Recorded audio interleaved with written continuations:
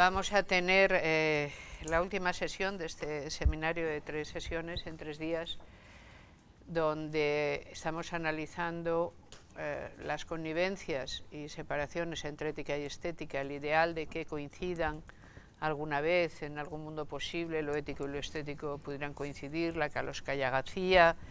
Tenemos, digamos, mucho camino andado.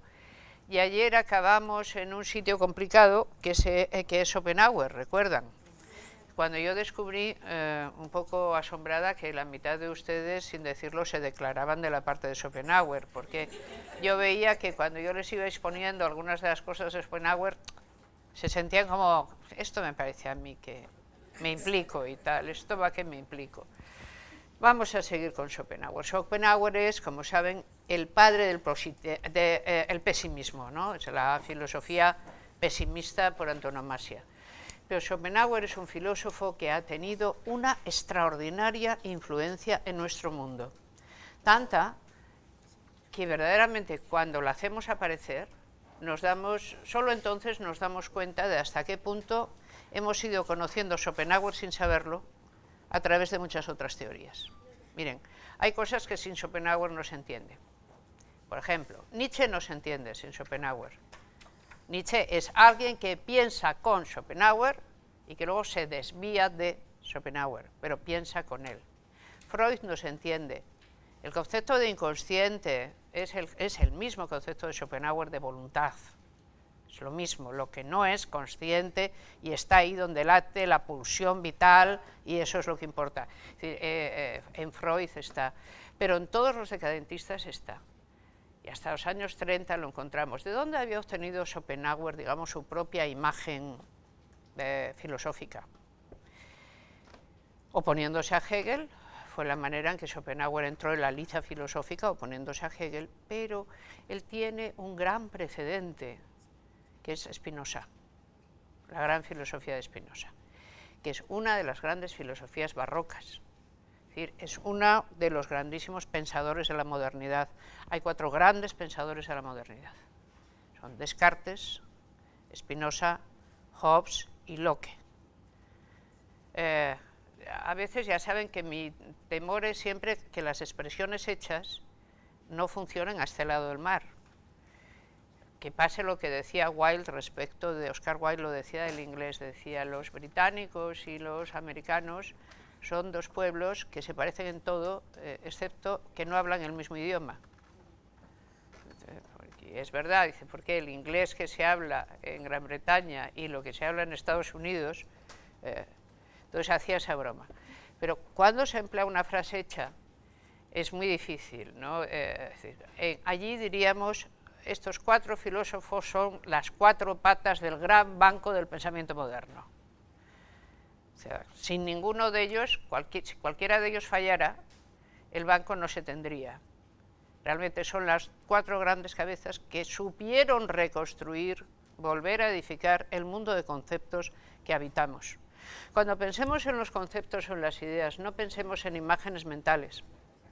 Pensemos realmente que son un edificio dentro del cual vivimos. Nosotros construimos nuestro pensamiento, nuestra práctica pública, nuestra ética privada, todo lo argumentamos mediante ese vocabulario que ha salido de la modernidad. Es nuestro idioma, por así decir, es nuestro idioma del pensamiento. Y estos son los 4 grandes. Hemos hablado algo, porque al estar hablando de ética y estética no es tan fácil sacar algunos temas como si se habla de teoría política. Hemos citado un poquito, me da la impresión, a Descartes. No hemos llegado a hablar de Hobbes, no hemos citado apenas a Locke. Pero toca ahora hacer necesariamente un reconocimiento a Spinoza. Spinoza es el gran ontólogo de la modernidad junto con Descartes. Y sus ontologías son diferentes, son tan diferentes que incluso son contrarias. Es decir, uno no puede ser cartesiano y espinosista a la vez. De la misma manera que uno no puede ser platónico y aristotélico a la vez. En el mundo antiguo la oposición significativa era: alguien o es platónico o es aristotélico. Y recuerden cómo ese mundo antiguo es representado en una de esas múltiples reviviciones del mundo antiguo, eso que hemos hecho siempre en Occidente, que es revivir el mundo antiguo para encontrar una clave que se nos hubiera escapado y poder seguir hacia adelante con ella, está representada en el grandísimo fresco que ustedes, los que se dedican a la filosofía, especialmente quienes se dedican a la filosofía, conocen mejor, que es la Escuela de Atenas de Rafael. Ay, caramba, esta sí que deberíamos poder ponerla. Podemos buscar la Escuela de Atenas. Le dije a Gabriel que no le pediría que por favor me buscara nada, pero veo yo que es muy necesario buscar esto. No queda otro remedio que buscar la Escuela de Atenas. En ese gran fresco, que está en las estancias vaticanas, en la estancia de la Signatura en particular, ustedes verán que aparecen, bajo el arco central, están los dos grandes pensadores de la antigüedad, que Rafael sigue pensando, son los únicos grandes pensadores que existen. El pensamiento moderno todavía no ha surgido, estamos en un siglo antes. Entonces están Platón y Aristóteles.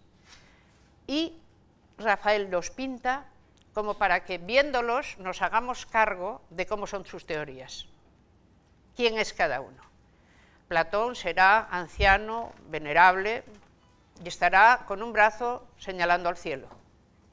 Y Aristóteles será más joven, un poco menos venerable, como más implicado en la realidad, menos espiritual de aspecto, y estará señalando a la tierra. La gran oposición en el mundo antiguo es: Platón habla de las cosas sublimes que nos trascienden, Aristóteles habla de las cosas humanas que nos importan. Y entonces ellos dos están rodeados por toda la pléyade de los filósofos antiguos, ¿vale? Todos.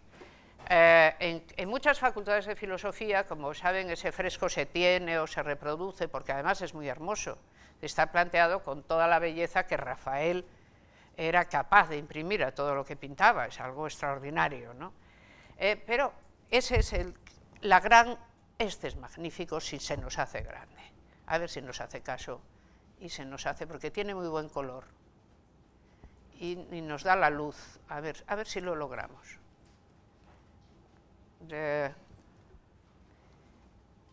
Qué desobediente es la computadora, según con quién. De verdad es que es como un animal, solo vale el de uno, que lo tiene uno amansado.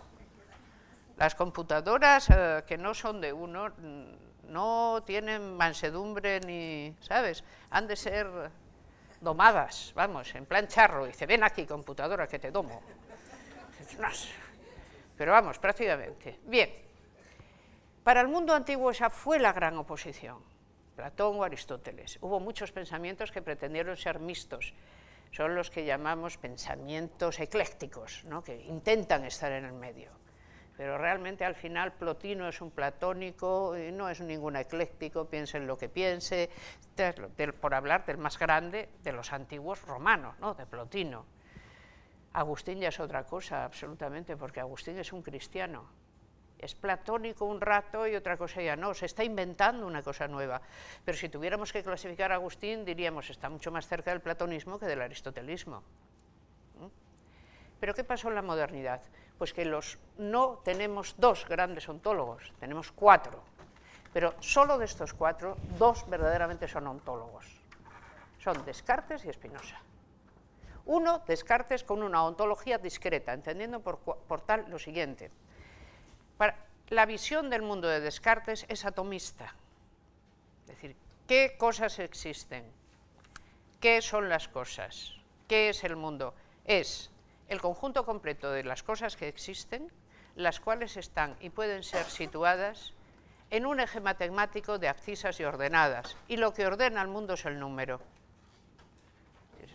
Es una ontología discreto-cartesiana que ha posibilitado muchísimo el desarrollo de la ciencia, porque la mayoría de nuestras ciencias son cartesianas. ¿Qué haces tú? Dices, buscas verdades claras o distintas, o conceptos que sean claros o distintos, que se dejen componer y también descomponer. Los unes o los separas y haces descripciones completas. Así es como se hace ciencia. Así es como nos dice Descartes, es el mundo.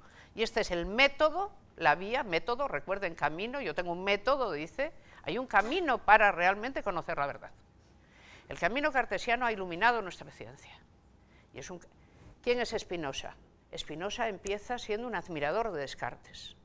Lee a Descartes, pero le hace las primeras cuando a él le piden unos amigos, ¿por qué no pones por escrito la filosofía de Descartes para poder entenderla? La empieza a poner y en ese mismo momento empieza a decir, yo con esto no estoy de acuerdo. Yo con aquello otro no puedo. Y él empieza a escribir. Tiene esa obra asombrosa que es el Tratado Teológico Político, donde Spinoza nos enseña a entender la religión, por fin, a separar la religión de la política. Es importantísimo. Y después de eso hace su gran obra que nadie conoce, la Ética. Digo que nadie conoce porque él no la edita, la tiene escondida y solo la da a conocer a alguna gente con la que tiene mucha confianza. Esa obra ya no es para nada cartesiana. Él está haciendo una ontología totalizadora, no discreta, no atomista, no, totalizante. Lo que nos presenta Spinoza es la imagen completa del mundo desde fuera, eso que según Wittgenstein no se puede hacer. ¿Qué es esto? Dice, lo que existe es realmente el ser, Dios, o la naturaleza, es lo mismo. No se puede dudar de la existencia de Dios porque Dios es todo. Y pues, pero vamos a ver, esto es panteísmo. Evidentemente alguien dirá, no es panteísmo. Dice, vale, diga usted que no, pero sí lo es. ¿Vale? Puede usted decir que no. Pero la verdad del asunto es que Spinoza escribe, de la existencia de Dios no cabe dudar, porque tendría que dudar de la mía propia. Yo soy una parte suya. Es más, soy la parte en la cual él o ello está pudiendo pensarse a sí mismo. Somos modos del ser, no otra cosa que modos del ser, capaces de imaginar la totalidad del ser, porque pertenecemos a ella. No encarnamos la totalidad, pero de una manera aproximativa entendemos el concepto de totalidad. Entonces, esa imagen, eso es lo que tiene detrás Schopenhauer. ¿Qué somos? Dirá Spinoza. Somos conatus, cada cosa que existe es un conatus. Esto es, un deseo de vivir, de existir. ¿En qué consiste realmente ser un ser? En querer mantenerse siendo. ¿Y hasta cuándo lo vas a lograr? Hasta que tu potencia de ser se agote. Todos los seres tienen calculado el agotamiento de su potencia de ser. No, es como una obsolescencia programada o casi, pero van a mantenerse lo más que puedan. ¿Cuál es nuestro criterio para saber qué debemos hacer y qué no? Solo hay un criterio. La alegría aumenta la potencia de ser. La tristeza disminuye la potencia de ser. ¿Qué hemos de hacer? Todo lo que aumente la potencia del ser. Por lo tanto, todo aquello que proporcione alegría. Y evitar todo aquello que proporcione tristeza. Entendiendo por alegría y tristeza no simplemente el distraerse, pero también el distraerse, no nos equivoquemos. No solo es el distraerse, pero también es, digamos, ¿cómo sé si una persona me sienta bien? Dice, en su compañía crezco. ¿Cómo sé si me sienta mal? Me hace sentir nada. ¿Cómo sé si una política es buena? Me hace más libre, mejor y con más capacidad de disponer de mí misma o de mí mismo. ¿Cómo es mala? Consigue todo lo contrario. ¿Qué enseñanza es buena? Aquella que me hace conocerme y de repente decir, esto tengo que no tenía. ¿Cuál es mala? Aquella que me dice, eres imbécil, esto no lo entenderás jamás. Todo eso. ¿Qué tenemos que hacer? Ir hacia los afectos alegres y huir constantemente de los afectos tristes. Son nuestro mayor enemigo. Ya sabemos que en el ser no permaneceremos eternamente, somos un modo de él. Cuando desaparezcamos, el ser no va a desaparecer, nosotros sí, porque el ser es eterno, Dios es eterno, pero nosotros sí desapareceremos. ¿Qué tenemos que haber logrado? Una buena vida, una buena vida. ¿La logró él? Para nada. Si nosotros leemos la vida de Spinoza, Schopenhauer se lo pasó genial, por el contrario. Pero vamos, pero Spinoza no. Spinoza, que guarda este libro que solo ha enseñado a alguna gente porque es un libro por el que le pueden juzgar o le puede pasar cualquier cosa. Cuando muere, buscan este libro en su casa para destruirlo. Pero sus amigos muy rápidamente han llegado y en la mesa que saben que están, la han subido en una lancha, la han sacado por el canal a gran velocidad y la han trasladado a muchos kilómetros. Por eso podemos leer la Ética de Spinoza, porque sus amigos la salvaron. si no, no la tendríamos. Y es un gran libro. Es uno de los grandes ontólogos de la modernidad y no por nada. Vaya, porque se lo ha trabajado. Ha pensado con una radicalidad y una seriedad las cosas, que es lo que hace que alguien realmente deje su impronta en el mundo. La gente que deja impronta en el mundo no se dedica por lo general a agradar. Y a veces tiene que sacrificarse mucho. Spinoza lo logra y nos deja la ética. Schopenhauer lee, conoce la ética. Ya saben, Schopenhauer pueden ustedes pronunciarlo con una J en el medio, decir Schopenhauer, pero en ese caso, si van a Alemania, poca gente entenderán a quién se refieren, porque la H intercalada apenas se pronuncia, es como una parada, Schopenhauer, ¿vale? Este del que venimos hablando, la imagen que tiene del mundo es una imagen espinosista, el mundo es una totalidad, ¿de acuerdo? Es la voluntad, vale, nosotros somos conatus, vale, pero en vez de tener la visión optimista en el fondo de Spinoza, es todo lo contrario, diciendo, y esto es todo lo que hay, no busquéis más, no pretendáis más. ¿Qué es la ética? Pues ya lo decíamos ayer, primero, la ética es sobre todo carácter. La gente tiene un carácter y obra según su carácter, y sobre su carácter realmente poco puede hacer. Con el carácter nacemos. ¿Cómo nos conocemos después de obrar? Ah, no antes, no hay deliberación. Uno se conoce después. Carácter es destino. Más. Bueno, y entonces, y lo que está bien y lo que está mal, lo que está bien y lo que está mal es lo que tu sociedad te dice que está bien y que está mal, y normalmente la sociedad rechaza a cualquiera que realiza cosas que le vienen mal, porque la sociedad es también algo que quiere permanecer en el ser y por lo tanto rechaza cualquier cosa que le ataque. Y premia más o menos a cualquier cosa que le venga bien. Pero entonces, ¿en qué consistiría una ética realmente que no fuera esto? O sea, si hubiera una ética que no fuera simplemente hacer lo que hace todo el mundo porque es lo que hay que hacer, si hubiera un principio de la ética, un único principio de la ética, ¿cuál podría ser el principio de la ética? Y aquí él se pone a considerar a alguien a quien admira mucho, que es a Kant, aunque su filosofía no se parezca en nada a la de Kant. Schopenhauer admira la filosofía de Kant porque considera que es la gran filosofía alemana, la que hay, ¿no? Entonces, dice, Kant se equivocó, porque confundió principio con fundamento. Kant creyó que el imperativo categórico era el principio de la moral y además el fundamento, las dos cosas. Dice, pero no lo es. Entonces, y por lo tanto, ¿podremos verla? Vayamos. Vayamos a verla si podemos. Dice, ¿ven la escuela de Atenas? ¡Qué belleza! Platón, Aristóteles y los filósofos del mundo antiguo, todas las corrientes filosóficas del mundo antiguo alrededor, Platón señalando al cielo, arriba están las verdades universales, imperecederas, perfectas, Aristóteles diciendo que es este mundo, el mundo sublunar, donde se habita, es este mundo el que hay que entender, pero fíjense qué curioso, Rafael le ha puesto el rostro de Leonardo da Vinci a Platón. Ese es Leonardo da Vinci, es un retrato de Leonardo. Esto es estos guiños que se hacen los pintores entre ellos, ¿no? Es un gran guiño este. Vamos a acompañarnos de esta maravillosa representación para seguir. Pues Schopenhauer no estaba nada de acuerdo, quiero decir, el mundo no es bello. El mundo es horrible. El mundo no está calculado para que exista la conciencia. Nosotros, la humanidad, somos la conciencia, pero si alguien realmente es consciente en este mundo, ese alguien no puede evitar ser infeliz, porque el mundo es el dolor multiplicado constantemente sin que puedas hacerle frente de ninguna manera. El mundo es la cadena absoluta del dolor.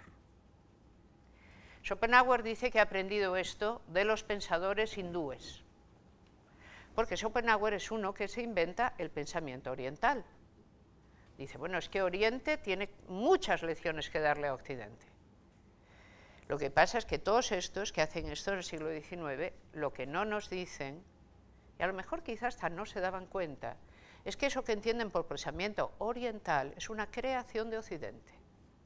en más de un sentido. Pero esto es otro tema que me creen ustedes si quieren por confianza, pero que hoy no me da tiempo de desarrollar. Es así. En todo caso, Schopenhauer dice, Oriente ha sabido siempre que realmente lo que existe es el dolor y que lo que hay es que escapar de las reencarnaciones, ¿no?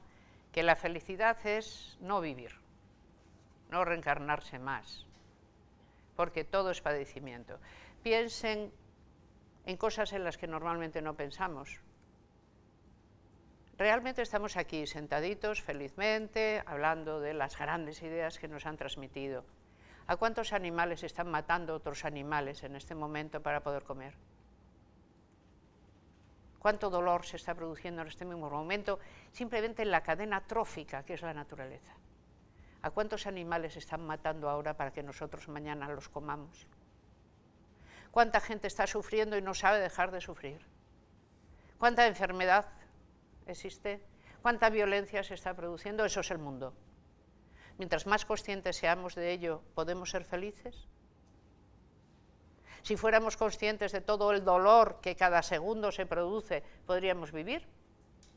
Pues eso es la naturaleza. Y a eso pertenecemos. ¿Qué hay que hacer?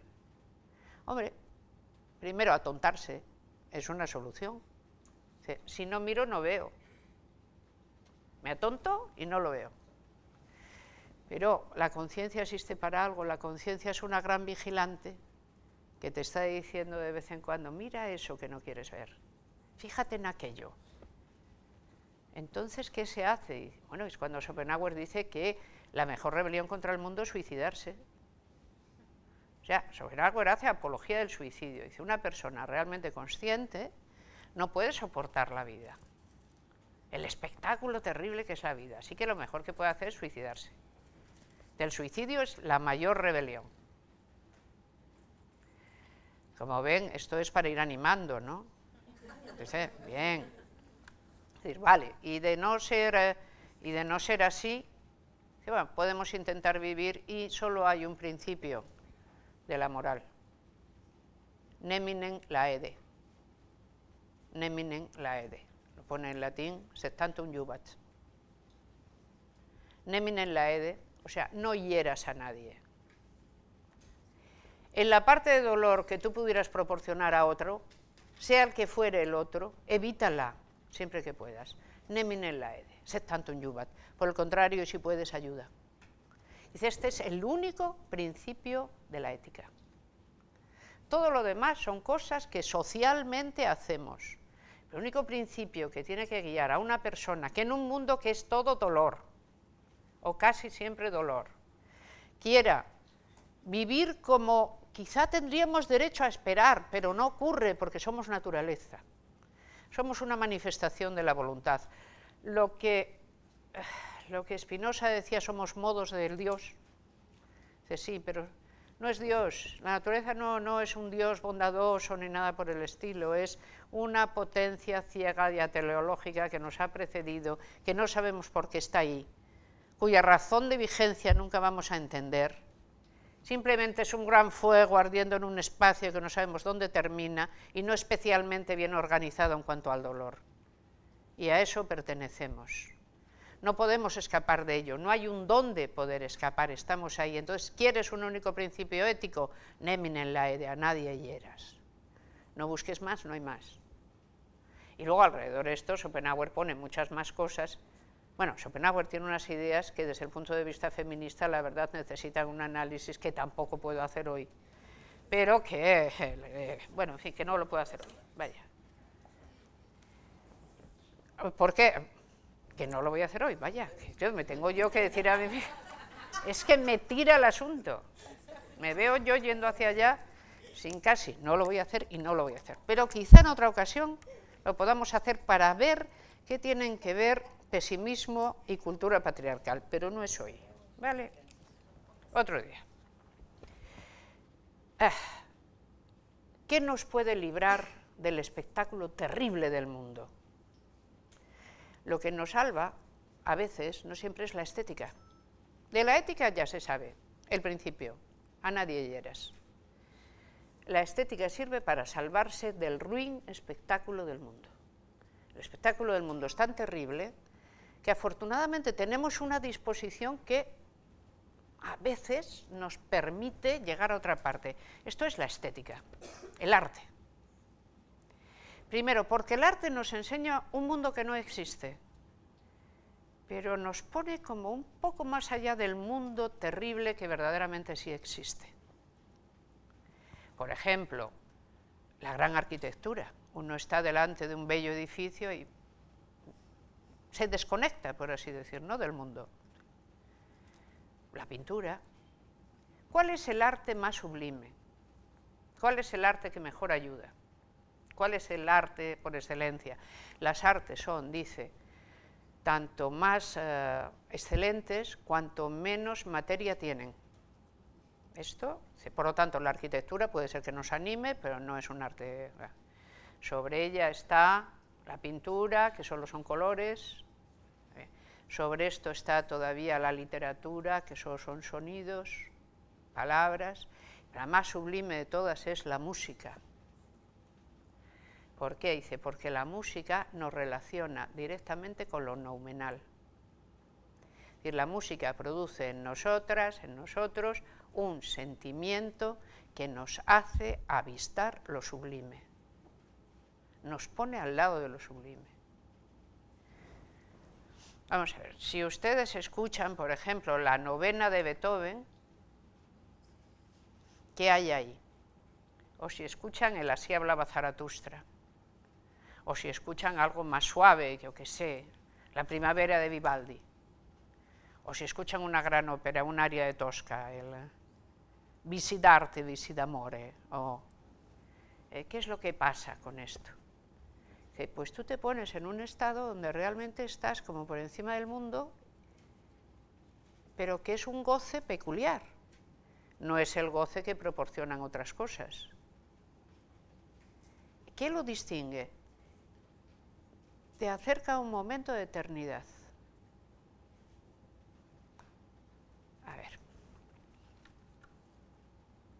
¿Cómo se aprende la estética? Es la pregunta que cabe hacerle a Schopenhauer. Schopenhauer nos ha dicho, no intentéis nunca unir ética y estética. No se puede. Para la ética, admitid que o es una costumbre social o es un principio que si lográis aplicarlo, mejor. Para la estética, admitid que las artes están sucesivamente colocadas y que solo algunas nos hacen intuir lo noumenal. ¿Qué es lo noumenal? Lo que decía Kant. O sea, hay fenómenos y hay noúmenos. Fenómeno es todo lo que podemos percibir. Noúmeno es lo que esté más allá del fenómeno, que intuimos que quizá hay algo, pero nosotros tenemos 5 sentidos y percibimos por los 5 sentidos. Lo que esté más allá no podemos saber cómo es. ¿Hay algo más allá siquiera? No, no hay manera ni de planteárselo. Pero si está más allá, en todo caso, ¿qué es noúmeno? Wittgenstein. El sentido del mundo tiene que permanecer y permanece fuera del mundo. Wittgenstein sí es un lector de Schopenhauer. Lo noumenal es por qué el mundo existe siendo como es. ¿Qué percibimos entonces con la música? Por ejemplo, no solo percibimos la armonía de la música, o no solo nos regodeamos en la cadencia, apunta a algo que está más allá y que te habla del sentido del mundo, pero no es un sentido gozoso y sin embargo lo puedes soportar. Solo con la música se puede percibir el mundo como un todo, sabiendo que está lleno de dolor y sin embargo reconciliarse con él, porque la música nos está haciendo tocar la eternidad. Es así, esta es la idea de Schopenhauer. La música es la más excelente de las artes y nos vincula con lo sublime. ¿Qué hay que buscar? La sublimidad, si podemos. En ética, el neminen laede. En estética, los momentos sublimes. Cuantos momentos sublimes hayamos logrado tener en nuestra vida, esos serán nuestros momentos de eternidad. Y no hay más que esto. ¿Vale? Bien. Schopenhauer. Y ahora quiero leerles una cita que la tengo yo aquí, en el inicial del capítulo 5. ¿Me siguen? Esta cita es de Fichte.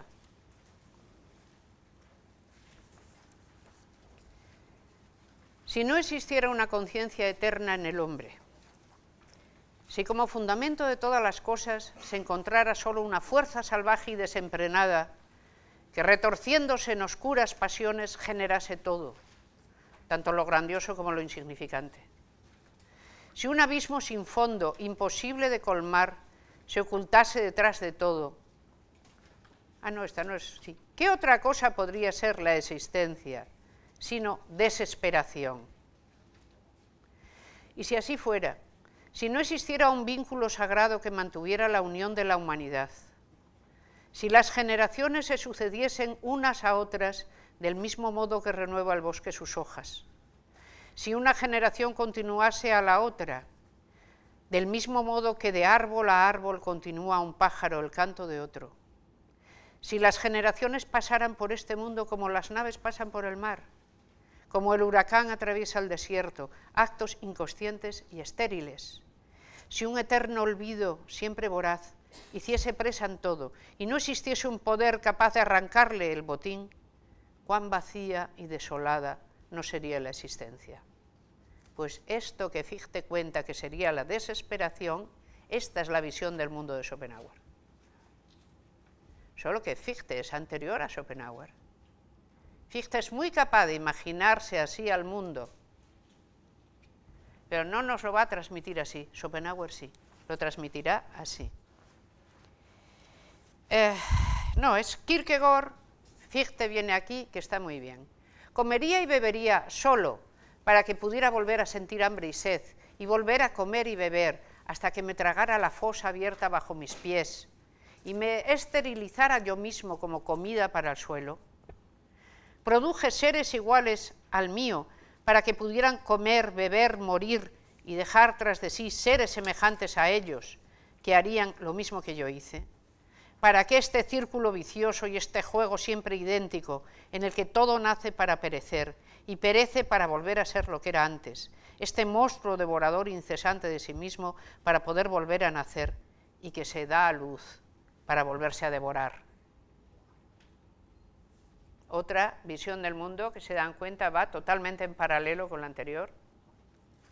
Y completamos con este.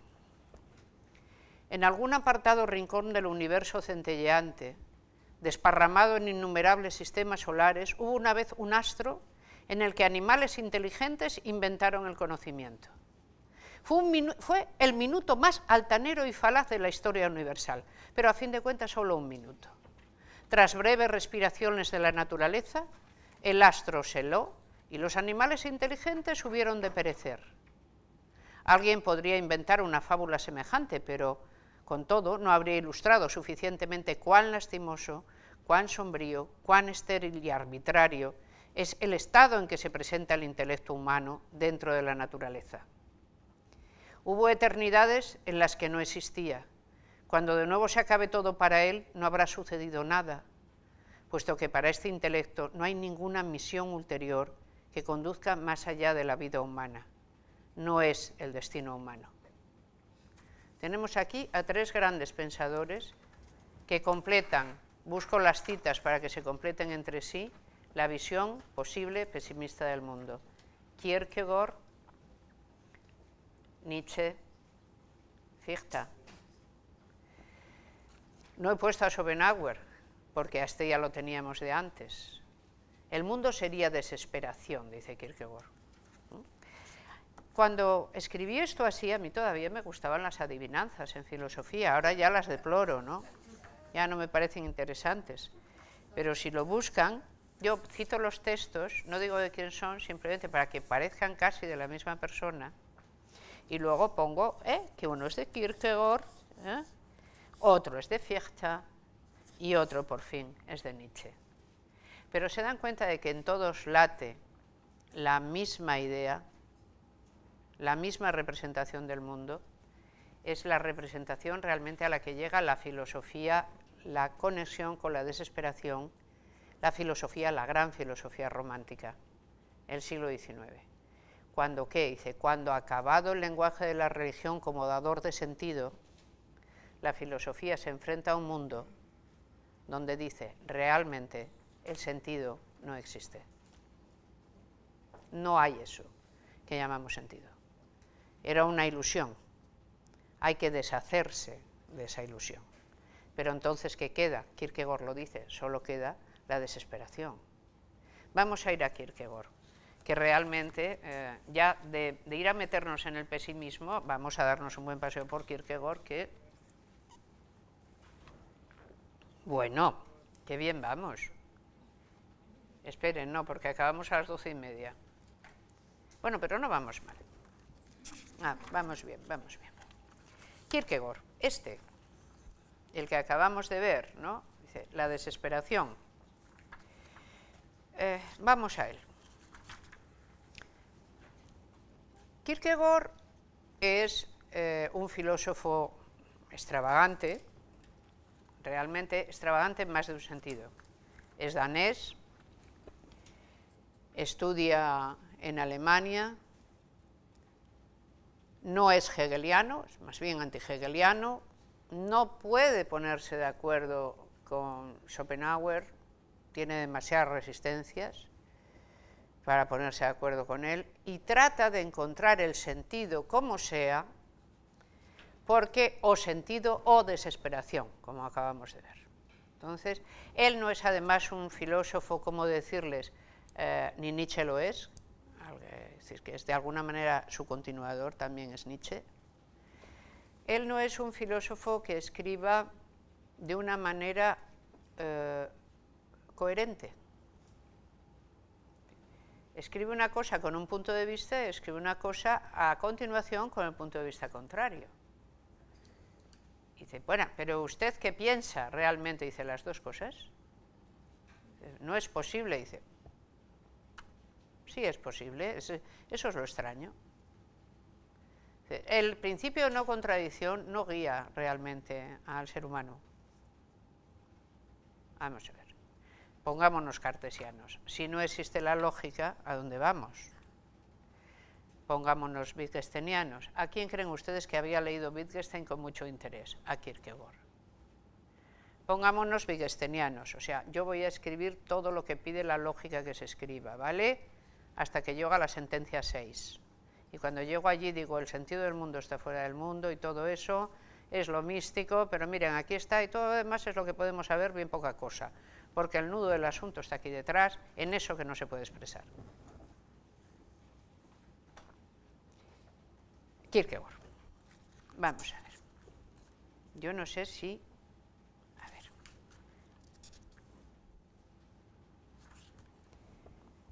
¿Qué es la ética y qué es la estética? No son dos disciplinas, no son dos tipos de juicios, no son dos juicios de valor, son dos maneras de estar en el mundo. Eso es lo que vamos a ver ahora.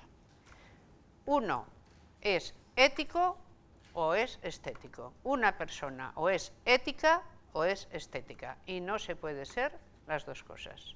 Se es ético o estético. ¿Cómo?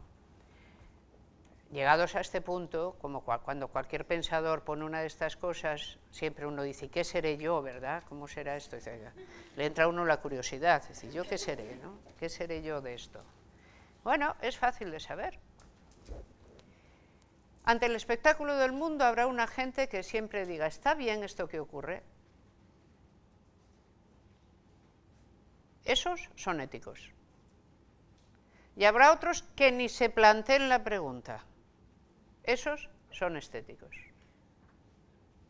O sea, si uno se pone ante el mundo con ganas de arreglarlo, en términos generales, es que es ético. Y si uno no se le pasa ni por la imaginación qué va a hacer con el mundo tal cosa, es que es estético. Hay gente ética y hay gente estética, y esto no es lo de carácter es destino, de Schopenhauer, pero se parece, dice, son instalaciones en el mundo. Es una manera de instalarse. Alguien o es ético o es estético. Y además no puede cambiar de bando.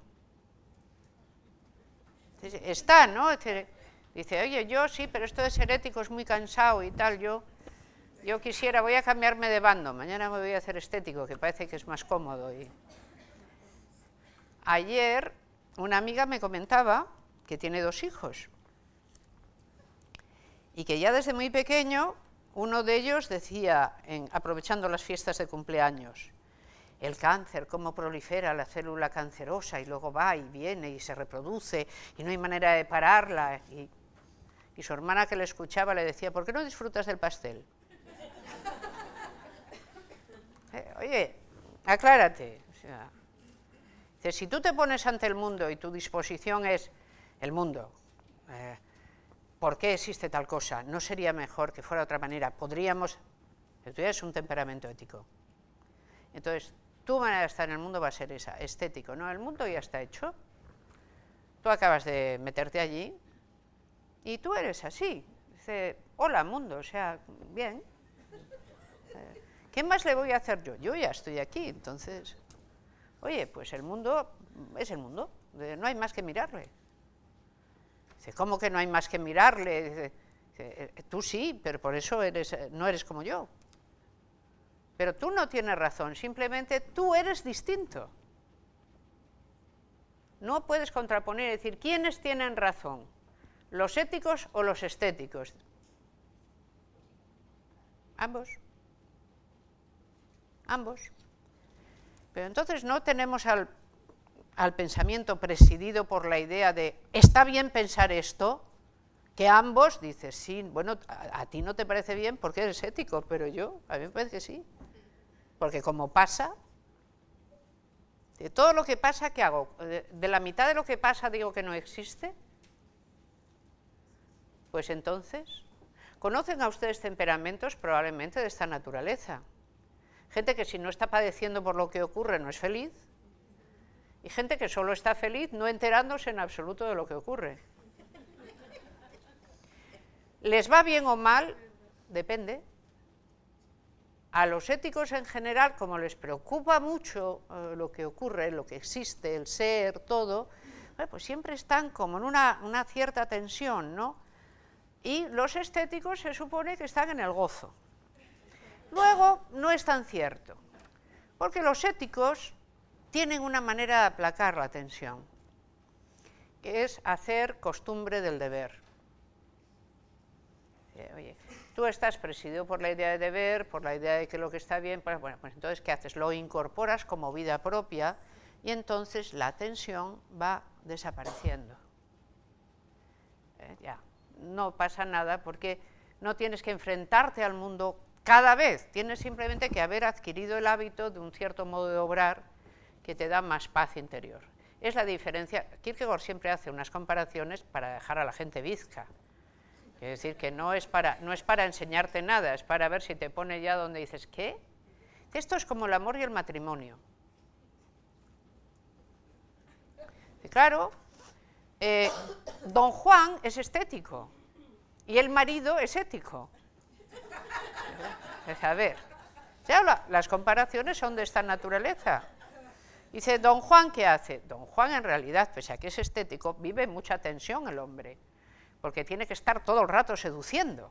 Y eso es cansadísimo, aparte, quiero decir, toda vez, a la siguiente, a esa la dejas, a la siguiente, dice, claro, dice, un marido, pues no, está allí tranquilamente en su casa, la suya ya la tiene o seducida o no, porque da igual que esté seducida que no, cumple con sus obligaciones maritales, se toma el desayuno por las mañanas apaciblemente, dice, la ética dice, hombre, parece que vive en un titánico esfuerzo, pero como luego se nos hace costumbre, tampoco es para tanto. Mientras que el esteta, ese que mira el mundo y total, dice, qué bien se está aquí, estaba bien, dice, oye, voy a describir un dolor horrible. Dice, sí, pero no lo voy a sentir por describirlo, ¿de acuerdo? Solo lo voy a describir, no lo voy a sentir. No me vais a coger a mí pensando ese tipo de cosas, ni sintiéndolas, no es necesario. El tipo que ahora nos hace una película terrible, llena de catástrofes y padeciendo, donde sale uno encogido de la sala, ¿Ha sentido lo que nosotros sentimos o simplemente ha dispuesto todo para que lo sintamos? Si lo hubiera sentido, ¿lo podría haber hecho? Por lo tanto, la estética tiene esa cosa a su favor. Es decir, la estética permite hacer cosas que la ética no permite, pero luego la estética influye en la ética. ¿Por qué? Dice, porque desata todos los sentimientos. ¿Qué tienen que hacer entonces los éticos? A hacerse costumbre.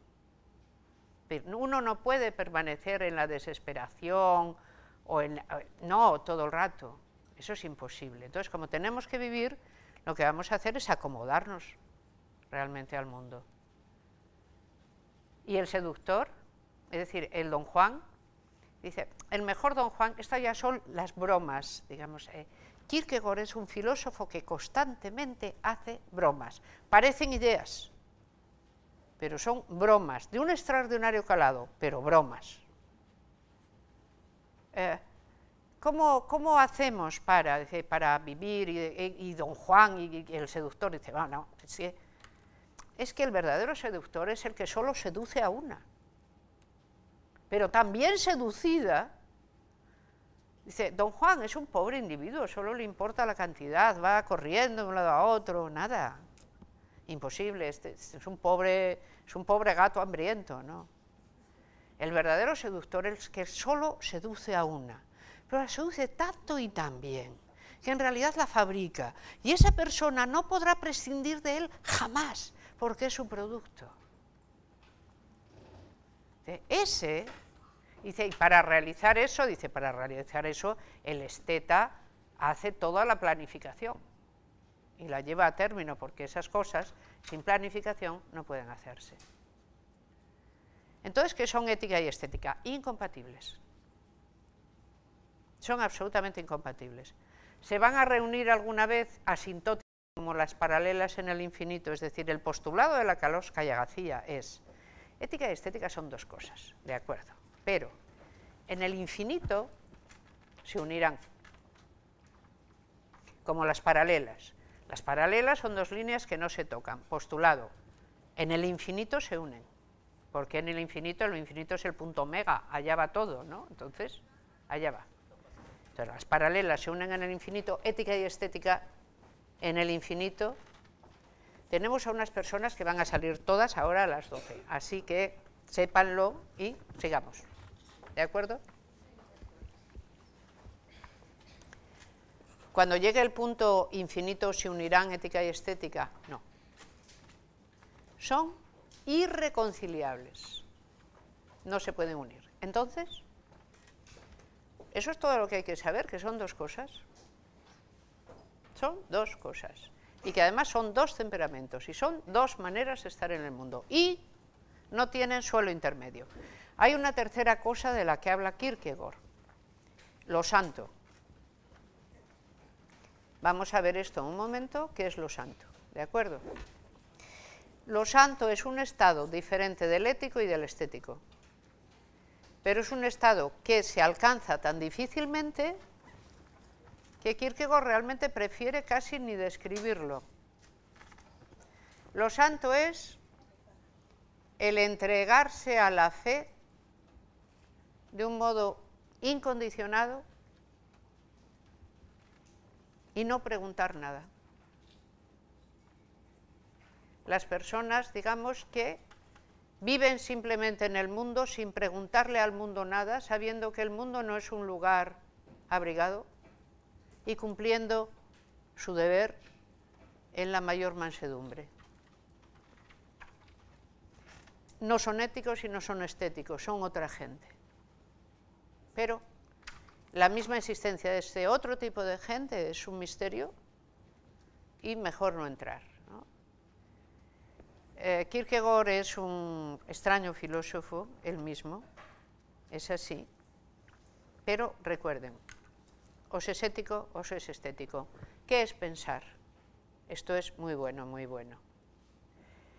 Platón compara el pensamiento con la gimnasia, dice que el pensamiento es una especie de gimnasia, y si se fijan, en efecto, cada vez que, por ejemplo, en una lección de filosofía, estamos haciendo una especie de gimnasia, o sea, da un concepto, lo dobla, pasa a otro, tal, estás todo el rato moviendo, estás haciendo una especie de gimnasia. Platón dice, el pensamiento es como una gimnasia, ¿no? Te lleva de un sitio a otro. Kierkegaard tiene otra metáfora, dice, el pensamiento es igual que la danza. Dice, y es tanto más logrado cuanto más, ¿no? Lo que tenemos que entender es, cuanto más se parece el pensamiento a la danza, más logrado es como pensamiento. Dice, en realidad el pensamiento no es como una especie de fuerza que toma las cosas, las ordena. No, el pensamiento realmente es esa cosa libre que va de un objeto a otro realizando piruetas y filigranas. Hace una pirueta, hace otra y al final, ¿qué tienes en la mano? Dice, es como una danza. La idea de que el pensamiento y la danza se parecen es extraordinaria. Se la debemos a Kierkegaard. Le debemos también a Kierkegaard la crítica de esta idea. Recuerden, Kierkegaard siempre se lo pasa muy bien. Dice una cosa, luego dice la contraria, y luego dice, mirad, ¿qué os parece? Dice, no sé, nos hemos quedado así. Dice, es que soy el pensador de la paradoja. Yo presento paradojas. Es lo que hace, presentar constantes paradojas. La danza, dice, el pensamiento es como la danza. Dice, pero claro, voy a ver si les encuentro una deliciosa cita de Kierkegaard, por si alguien quiere empezar a danzar con demasiado interés y demasiado pronto. ¿Qué es esta?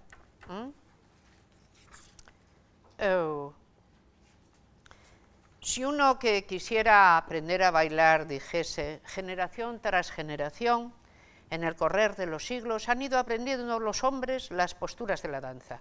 Por eso creo que ha llegado el momento oportuno de que saque provecho de toda esta experiencia, así que inmediatamente me voy a dedicar a los bailes franceses.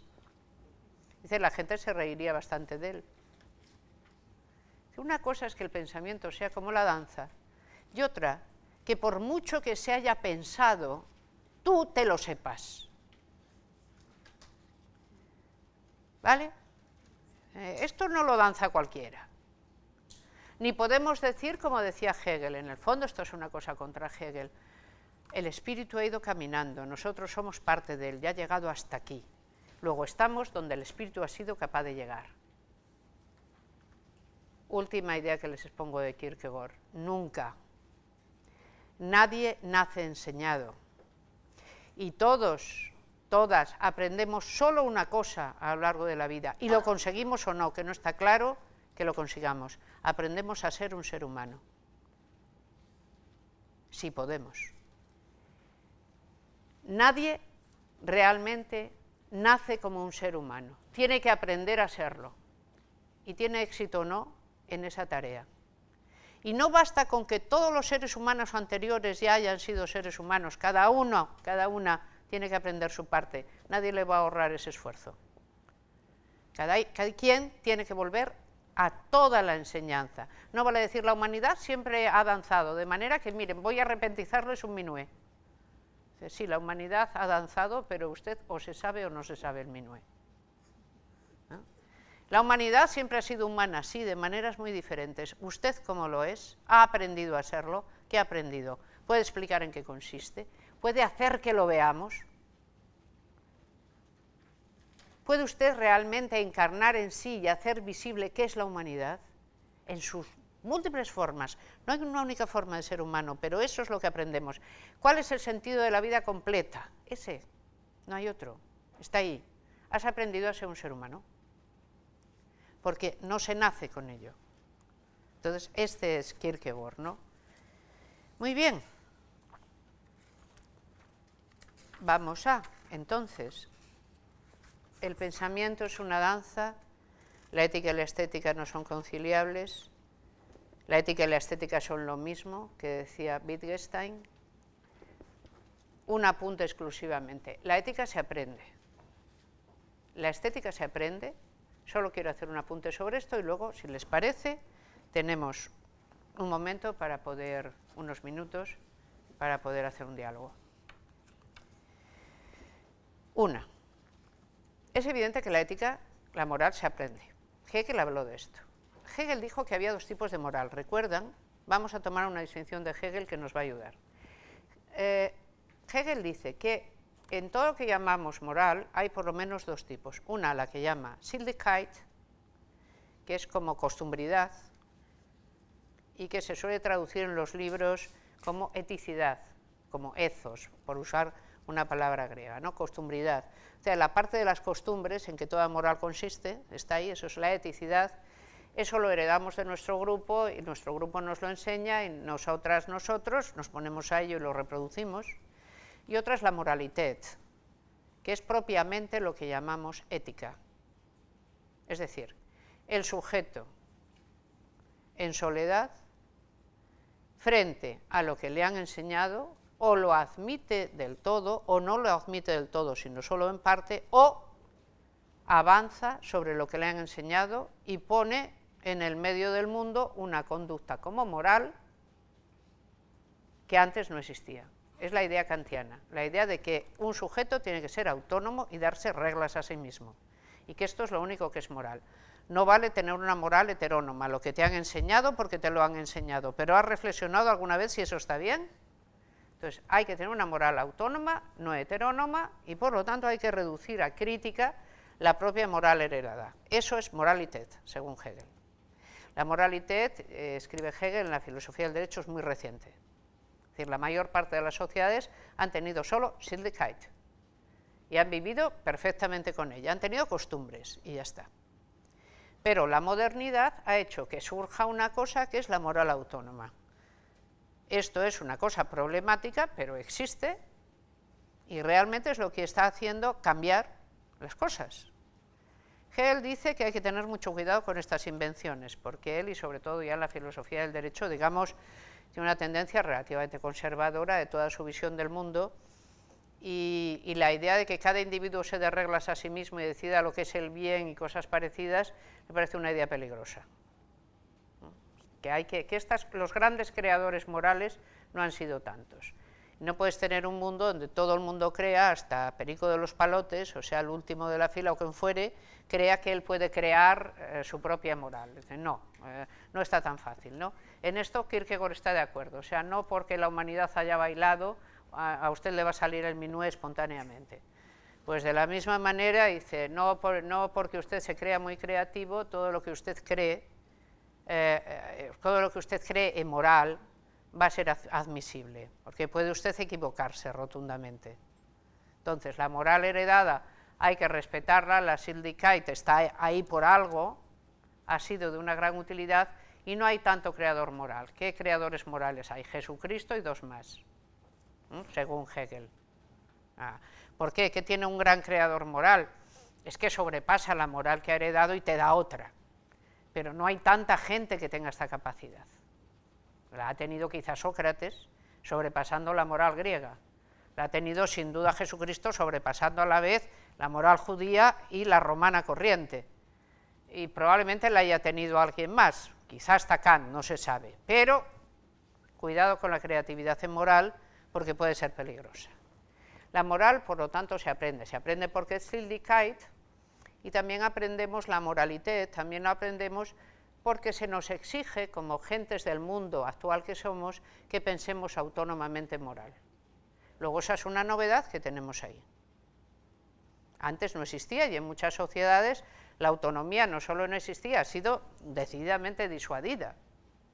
No, aquí lo que hay que hacer es lo que hace todo el mundo. Bien al contrario, esta es una novedad de la modernidad y no la encontraremos en ninguna civilización que no tenga un proceso de modernidad. Las ideas eran, no es la comunidad la que tiene razón, no el individuo. Es la comunidad en la que hay que pensar. ¿Por qué? Dice, porque lo otro es abrir la puerta al individualismo y esa es una puerta muy peligrosa y no la queremos abrir. Bien, la estética se aprende. Los estetas siempre dirán que no, porque son una gente un poco con tendencia a engañar, es decir, a presentar escenarios. ¿Una persona que no tenga educación musical va a disfrutar de la Novena Sinfonía de Beethoven? ¿Una persona que no tenga educación visual y pictórica va a disfrutar de las Meninas de Velázquez? ¿Realmente la estética es tan gratis, como dicen los estetas, La estética entra directamente por los ojos o por los oídos, no exige ese esfuerzo de aprendizaje. Desde mi punto de vista, la estética es tan compulsiva y tan difícil como la ética. Incluso es más compulsiva en ocasiones que la ética, y les diré por qué, y con esto voy hacia el final. Primero, no podemos disfrutar de las grandes creaciones estéticas si previamente no aprendemos a apreciarlas. Y ese aprendizaje es muy largo y es muy duro. La primera vez que nos ponen ante una pieza de música clásica cuando somos muy niños, o sea, la impresión no es precisamente estoy tocando lo sublime, estoy alcanzando con los dedos la sublimidad. Es Dios mío, ¿cuándo acaba esto? ¿Vale? A ver, esto va a acabar, ¿no? Sentadito allí, con que...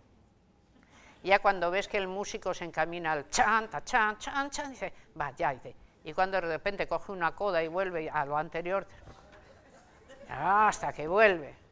Pero cuando hemos escuchado esa pieza 50 veces, cuando la conocemos perfectamente, estamos deseando que no termine. Ya no nos da esa impresión. Cada vez que, por el contrario, aparece la coda y dices, esta, la primera, espera, la segunda, la otra, ras, ras, ras. ¿Qué nos da la estética que es admirable? Si le ponemos realmente trabajo a educar nuestra estética, las cosas nos dan más placer cada vez que las conocemos más, en vez de menos. Fíjense, la utilidad decreciente, si yo tengo sed, ya saben lo que es esto, se sabe todo el mundo, me tomo este agua, se me va a quitar la sed, si me tomo un segundo vaso ya no tengo ganas. Es decir, esto es muy importante, pero tiene utilidad decreciente, es decir, solo es cuando lo necesito. ¿Qué pasa con el arte? Cuanto más lo conoces, más lo disfrutas, no tiene utilidad decreciente. Es decir, si te gusta mucho la música, más te gustará cada vez que la oigas. Si te gusta mucho el coro del Va pensiero sulali dorate, pues cuanto más escuches el coro del Va pensiero, y si lo cantas ya, fantástico. Y si te gusta el libiamo, el brindis de la Traviata, pues lo mismo. Y si te gustan las arias de Carmen, pues lo mismo. Y si te gusta el Mesías de Händel, pues lo mismo. O sea, cuanto más los escuches, más placer van a proporcionarte. Y tal manera que este placer realmente es muy difícil que tenga obsolescencia.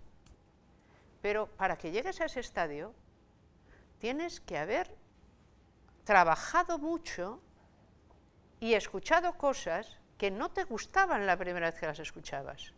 En poesía lo mismo. Adoro este soneto. ¿Cuántas veces has tenido que leerlo para llegar realmente a que la melodía de las palabras te lleve y digas, qué maravilla? Ante una pintura, ante un gran edificio, ante cualquier cosa que sea estética. Pero eso ha costado un enorme aprendizaje. Luego, no es cierto que la estética, como dice a veces mi maestro Emilio Lledó, sea gratis. Dice la ética es trabajosa y la estética es gratis. No, la ética es trabajosa y la estética también es trabajosa. Las dos cosas son trabajosas. Y luego te dirás, no, pero si la ética tiene algo de desagradable porque te obliga, y la estética no te obliga. Que la estética no te obliga. Y el concepto de gusto y de buen gusto.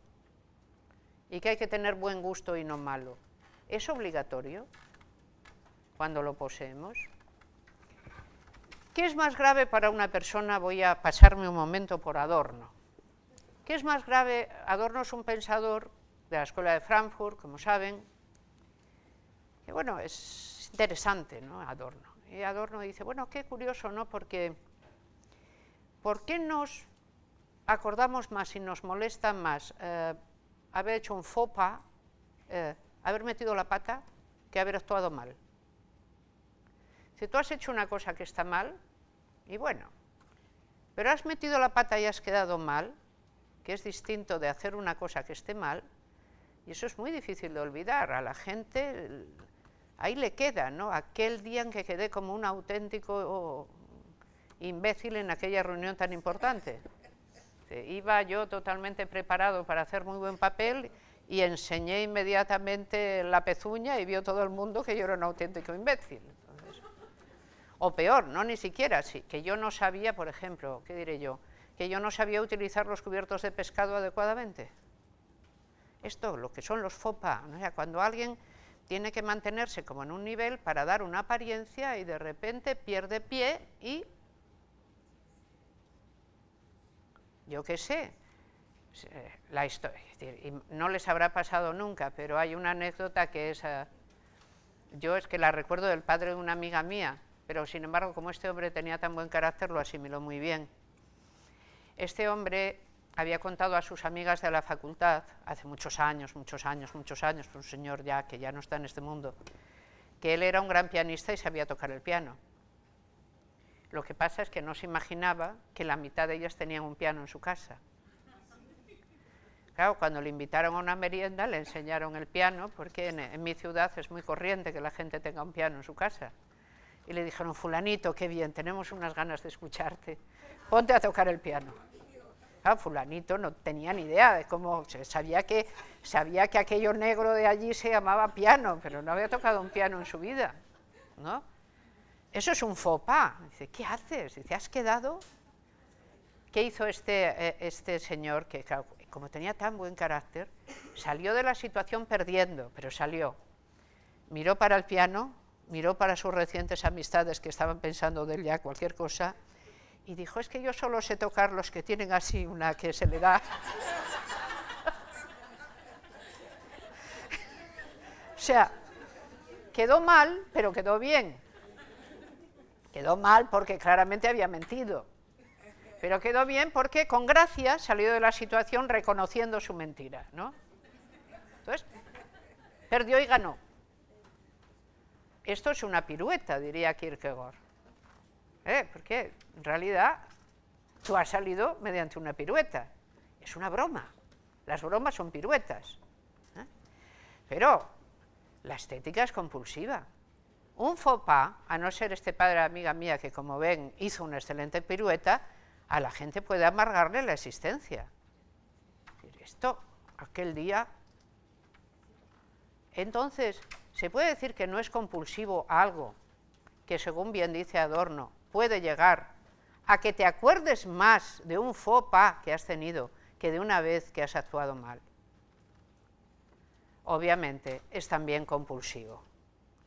Es tan difícil de aprender y tan compulsiva la ética como la estética. Las dos las aprendemos. Las dos forman parte de una cosa, allá voy y termino. Esto es como la coda, pero esta vez de verdad, ya voy directamente al final. Es decir, ¿en qué consiste una buena educación moral? En que sea a la vez ética y estética. Realmente.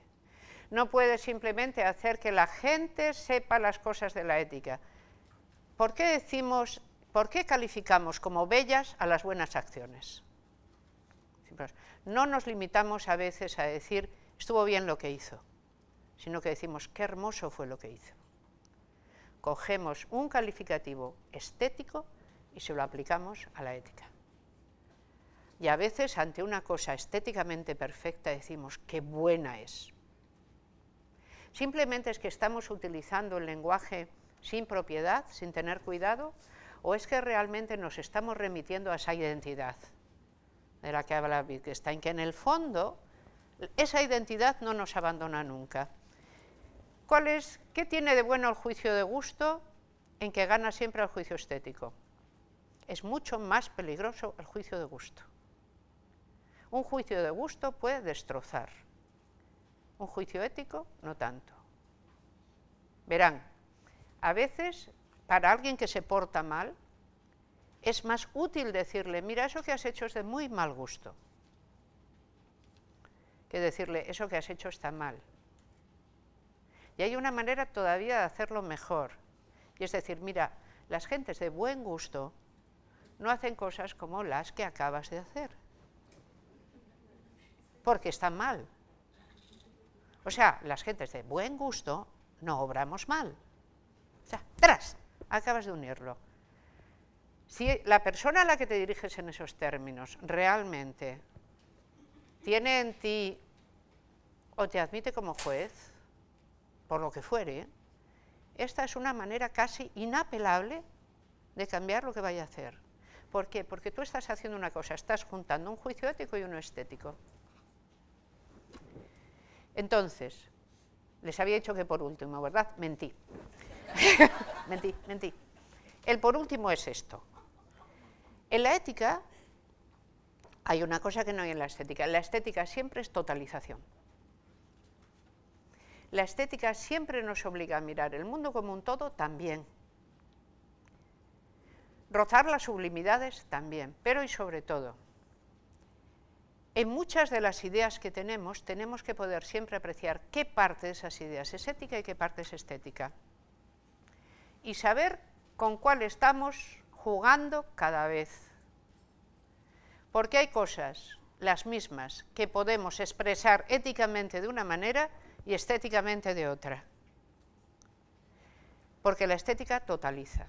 La estética es un punto de vista que totaliza. Si les doy una... ¿Cómo lo haría yo para que quedara claro? A ver.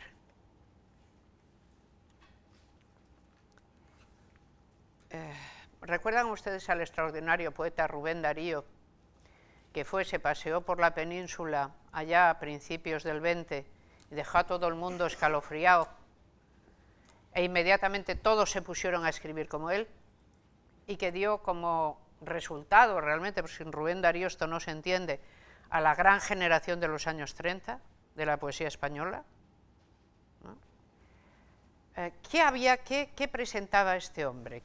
Ese retumbante idioma maravilloso que era capaz de hacer. ¿Era ética o era estética? En realidad él era, digamos, ¿por qué no regenerar una raza a través de regenerar la lengua que habla? Si yo digo simplemente, señoras y señores, deberíamos tener más conciencia de nosotros como hispanos y una gente que merecemos más respeto del que nosotras y nosotros mismos nos tributamos. ¿Están de acuerdo? Y dirán, sí. Y si digo aquello de fuentes de raza, de Hispania fecunda, cuidado. ¿Qué te va a tocar más? Lo segundo. Si yo digo las mujeres y los varones tienen derecho al mismo grado de libertad, son seres de todo punto iguales. Sí, claro, ¿cómo negarlo y tal? Pero si me pongo como las Pussy Riot y digo, Virgen María, hazte feminista, te necesitamos ya. Es decir, a ver, son cosas distintas, pero cada una tiene su poder. Y realmente nunca se pierden de vista la una a la otra. Y esto es todo lo que quería exponerles. Y esta vez es verdad que es el final. Muchas gracias. Gracias.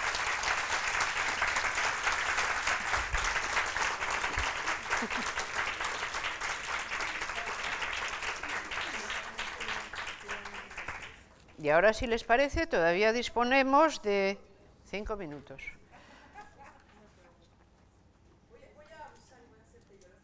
Bien.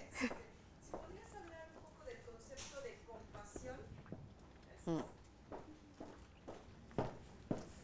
Sí, el concepto de compasión en Schopenhauer. Si podríamos pensar que si el principio ético para Schopenhauer es el no hacer daño, pero podríamos pensar en un fundamento dado en la compasión, en el momento en el que se puede rasgar el velo de malla, ¿no? Y entender que todos somos uno y que el sufrimiento del otro es también mi sufrimiento. Y este sentimiento que tanto despreciaba Spinoza, pero que para Schopenhauer permite la conexión de uno con el otro, y si no habría ahí una conexión especial entre la estética y la ética. Bueno, comenzamos por Spinoza, ¿vale? Spinoza no despreciaba la compasión, despreciaba el arrepentimiento. La compasión es un sentimiento que todavía no ha tomado la forma que tiene en el siglo XVII. Es un sentimiento nuevo. Tú puedes apiadarte, que es distinto, como Dios se apiada de nosotros, por ejemplo. Y lo que le pedimos a Dios en múltiples letanías es que se apiade, ten piedad, ¿no? ten piedad. Pero la piedad es que el mayor,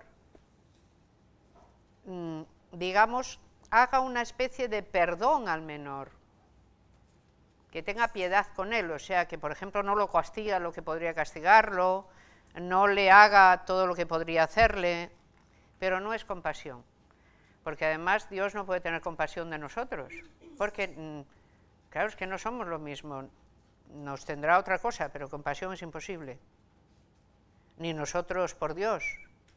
Jaja.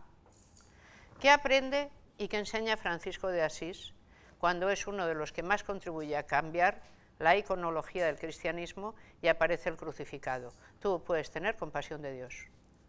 Manda, de repente, no, los dioses no son... No, dice, ten compasión. Entonces, la compasión es un sentimiento que tiene un cierto albergue en la religión. Si ustedes leen a Tomás de Kempis, por ejemplo, parte de la mística está montada sobre la compasión. Pero tú te compadeces de Dios, no del prójimo. Es curioso, tú tienes que pensar en la pasión de Cristo, entonces tienes que sentir eso, pero eso no nos dicen los místicos que lo sintamos del prójimo. Del prójimo sigues teniendo piedad o cuidado, y eso del prójimo, no te digo ya de un animal. O sea, la compasión es un sentimiento que aflorando, porque podemos ver, siempre son como ríos, ¿no? Hay que ir a ver de dónde nacen, dónde y cómo, ¿no? Entonces puedes ir cómo se han ido formando, pero la compasión de la que ahora hablamos es ya un sentimiento más oceánico, más grande, porque es la compasión por todo lo vivo. Pero eso nos pone, Spinoza no puede sentir eso, porque la compasión es un afecto triste. Y por lo tanto, como es un afecto triste, te va a quitar a ti capacidad de existir. Si andas por ahí compadeciéndote, no puedes, o sea, todo ser es un conatus, tiene que propiciar los afectos alegres. Eso realmente es lo que le dará capacidad. Por lo tanto, a ello, y ni siquiera hay que, lo hará de un modo espontáneo, ¿no? Por eso la corrección de Schopenhauer a Spinoza es, cuando un ser es consciente, y los seres humanos somos conscientes, no se puede buscar los afectos alegres así porque sí, porque el mundo entero te los impide si contemplas el espectáculo del mundo. No te deja tenerlos. Entonces, neminen laede, a nadie hiera, sí, por el contrario, compadece. Te puedes compadecer como Nietzsche cuando antes inmediatamente de perder el habla y entrar en afasia, se abraza a un caballo al que le están golpeando con una fusta, porque no puede soportar el sufrimiento del animal. Pero la compasión. Pero, ¿se compadece un caballo de otro caballo? No lo sabemos. ¿Se compadece la serpiente del animal al que está devorando? Es la conciencia la que se compadece.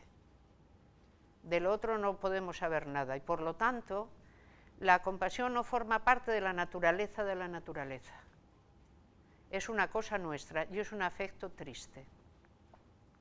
Es un afecto triste, es un afecto melancólico. Podemos hacer, ya no dentro de la filosofía de Schopenhauer, un afecto positivo de la compasión, volverla a un afecto positivo, y estoy convencida de que sí. Es más, creo que la compasión es una extraordinaria fuerza moral. Es una extraordinaria fuerza moral. Y que además lo que no entendemos desde aquí en moral, o sea, con lo que, ¿recuerdan la teoría de las tres almas de Platón? Que no se distingue tanto de otras teorías posteriores, como por ejemplo la freudiana, es decir, el alma racional, el alma pasional y luego el alma inferior, que ya no es ni pasional, es simplemente el inconsciente, es la fuerza misma de la vida, ¿no? Existiendo. Lo que no se entiende, diríamos, con el corazón, difícilmente llega a la cabeza. En eso hay que ser un poco como Pascal. Yo creo que la compasión es un gran afecto humano, y que además muchas veces la educación consiste en rompérnoslo para que no funcione. Muchas de las civilizaciones y culturas que han existido han estado fundadas en romper la capacidad compasiva, hacer que no nos compadezcamos. edificar el yo sobre la falta de compasión. Les voy a dar un ejemplo que quizá no viene al caso, pero en España, como saben, las corridas de toros son un espectáculo nacional al que cada vez va menos gente. Solo hay extranjeros últimamente ahí dentro, creyendo que aquello es muy típico.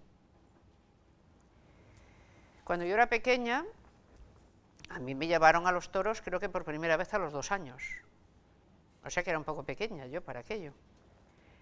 Y cuando llegué a los 15, a mí el toreo me parecía la cosa más extraordinaria, divertida, funambulesca, y además la muerte, la vida, el tal, todo. Hasta que un día miré y dije, esto es insoportable. Esto es insoportable. ¿En qué me habían educado? En la falta de compasión. Yo no podía ver el dolor, no lo veía de hecho. No. Entonces, puede haber una compasión activa, lo que puede haber es compasión. Y realmente se puede utilizar activamente, yo diría.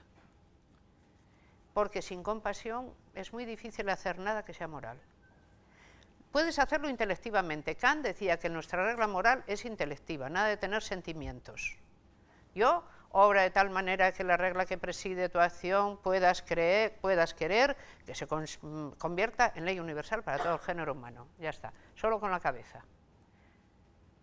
No, solo con la cabeza no se obra moralmente. Se puede hacer. Por ejemplo, ¿quién debe hacerlo así? Las instituciones. Solo con la cabeza. Yo no les voy a pedir a mis instituciones que sean apasionadas ni compasivas. Les voy a pedir que sean racionales, justas y que hagan una buena distribución. Con la cabeza, a la kantiana. Pero a los otros seres humanos la mirada compasiva es importante, realmente. El compadecer. Si esto sirve como respuesta, gracias. Muchas gracias. Tengo que escapar. Gracias.